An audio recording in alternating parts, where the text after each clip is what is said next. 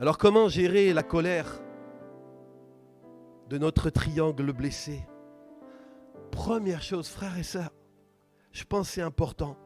Quand tu entends de la colère, quand quelqu'un est en colère, au lieu de lui dire juste d'emblée, c'est pas bien, c'est pas chrétien, tais-toi, change d'attitude. La colère, c'est un langage.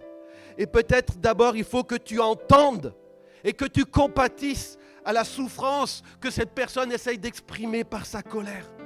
Il est dit dans la parole de Dieu, celui qui souffre a droit à la bienveillance de son ami, même s'il abandonne la crainte du Tout-Puissant. Quand un peuple manifeste de la colère, quand une personne manifeste de la colère, prends la peine d'écouter c'est quoi qui provoque sa colère. Prends la peine d'écouter à la souffrance qui est derrière sa colère avant de le conseiller.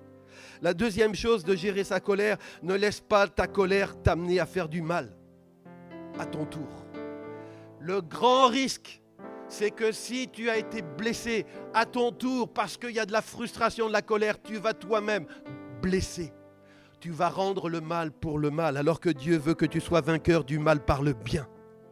Et c'est pour ça qu'il est dit dans Éphésiens 4, 26, « Êtes-vous en colère? Ne péchez pas. » C'est-à-dire, attention, tu es en colère, c'est un signal orange qui clignote pour dire, attention, tu as une émotion qu'il faut gérer, qu'il faut remettre à Dieu. Il faut que le Saint-Esprit contrôle cela, parce que sinon la colère va t'amener à pécher. Par des paroles, par des écrits, par des choses que tu vas faire. Sous l'effet de la colère, tu n'es plus dirigé par le Saint-Esprit, tu es dirigé par ta souffrance, tu es dirigé par toute la colère que l'injustice que tu as vue a suscité en toi. Après, ce qui est important aussi, bien-aimé, c'est quand tu reconnais que tu as beaucoup souffert, ne laisse pas la colère devenir un trait de ta personnalité. Si tu t'installes dans la colère, c'est comme si tu vas accueillir une tumeur cancéreuse. Dans Éphésiens 4, 26, il est dit que le soleil ne se couche pas sur votre ressentiment. C'est-à-dire, ne t'installe pas, ne te couche pas sur ta colère, n'entretiens pas ta colère. Elle est une petite graine, elle va venir une petite plante, et elle va venir un baobab qui va contrôler ta vie.